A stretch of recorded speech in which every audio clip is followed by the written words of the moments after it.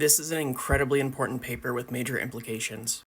It's on viral kinetics of current COVID variants, and it has major implications for Paxlovid usage, as well as the FDA's recommendation for 48 hours of 2 rapid tests if you suspect you have COVID.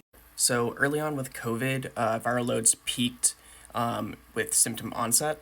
It looks something like this, where you have the start of symptoms and the highest viral load, and then your viral load's going down, which implies that at the onset of symptoms, you are going to be the most likely to test positive on your rapid antigen test. In this study, they specifically looked at viral loads relative to symptom duration in symptomatic adults with COVID who were over the age of 16 in Georgia between April of 2022 and April of 2023. So this paper is going to be the most relevant to current variants. In the Georgia hospital, it looked at 348 newly diagnosed people with COVID. About 66% were women of a median age of 39 years, and 317 out of 348, or 91%, had a history of COVID vaccination, a natural infection, or both. Also meaning that around 8.9% of the study participants neither had a known infection of COVID and had not been vaccinated for COVID. Where the first major finding is that the median viral loads rose from the first day of symptom onset and peaked on the 4th and 5th days, where COVID rapid test sensitivity estimates were between 30 and 60% on the first day, between about 60 and 75% on the third day, and around 80 to 93% on the fourth day. The major symptoms recorded in the study were cough, sore throat, and runny nose and congestion.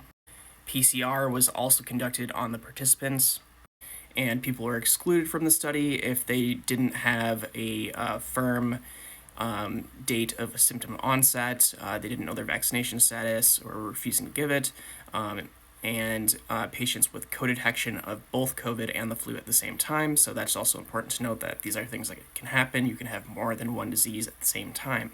But to keep this study simple, they eliminated people that had both COVID and influenza, where this right here is the meat and potatoes of the paper. So the CT value, the cycle threshold value, the lower it gets, the more severe it is. So it's getting pretty severe by day 3 and day 4, and then it starts decreasing by day 5, with the N gene concentration that they measured in the study increasing to day 4, and then decreasing around day 5. Where the largest implication of this is that with this delayed peak viral load in current COVID variants, or at least most recent COVID variants, means that the FDA recommendation to repeat rapid antigen testing 48 hours after an initial negative is not sufficient. There's going to be a very large false negative rate, and that's because this peak is happening over here, and remember, the higher the viral load, the more likely you are to detect it on the rapid antigen testing, and people are going off of, all right, let's test at the beginning of symptoms. So day 1 and day 2, you'd be testing for the 48 hours, you'd get 2 negatives, you'd go, oh, I don't have COVID, I must have something else. So people who remain symptomatic need to clearly understand that COVID has not been excluded.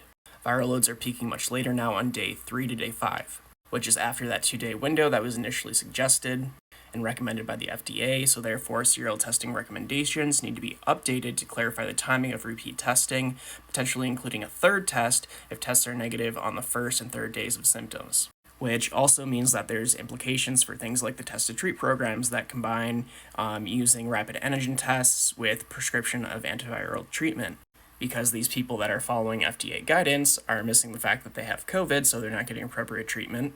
And while not explicitly mentioned in this paper, too, we tell people to start Paxlovid on day 1 of their symptoms as early as possible. Well, if viral loads are now peaking on day 5 of symptoms and you're taking Paxlovid on day 1 of symptoms, then for people that are doing it this way, their viral loads are peaking after the course of the Paxlovid is done. So this is suggesting that people likely need to delay their Paxlovid prescription by a couple of days. This is something that needs to become guidance. This paper has major implications for that because the timing needs to change for when Paxlovid is given until the 10-day dose is approved by the FDA. And the big thing that I've been yelling about, and that this paper is also yelling about, is that viral kinetics the incubation, infection, and post-infection period, can change over time. The relative duration of symptoms can change, the symptoms themselves can change, and the peak viral load can change, which changes everything. It has a ripple effect through the whole system. So we need to be re-updating these studies and continually looking at the viral load kinetics and the symptom duration and everything else for these current variants and base the guidelines off of those, because they're going to change. They literally just have.